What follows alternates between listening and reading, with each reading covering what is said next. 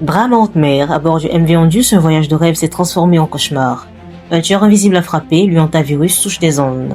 Ce virus est le seul capable de se transmettre d'un humain à l'autre, une particularité terrifiante confirmée par les analyses PCR des hôpitaux universitaires de Genève en collaboration avec l'Organisation mondiale de la santé.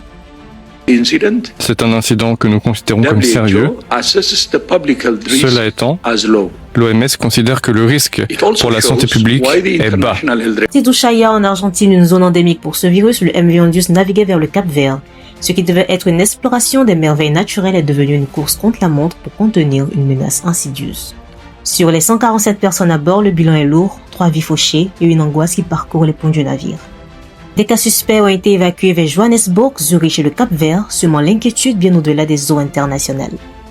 Les premiers symptômes ressemblent à une grippe anodine, fièvre, douleurs musculaires, mais rapidement la situation s'aggrave, évoluant vers des complications respiratoires sévères.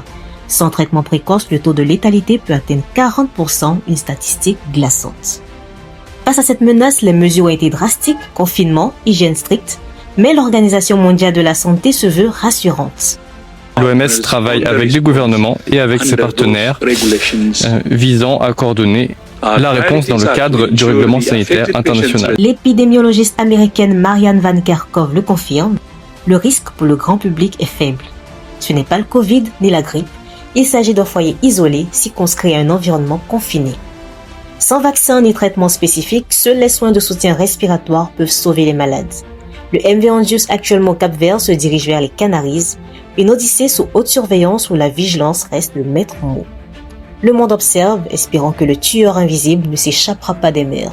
Stéphane Corré pour IMTV.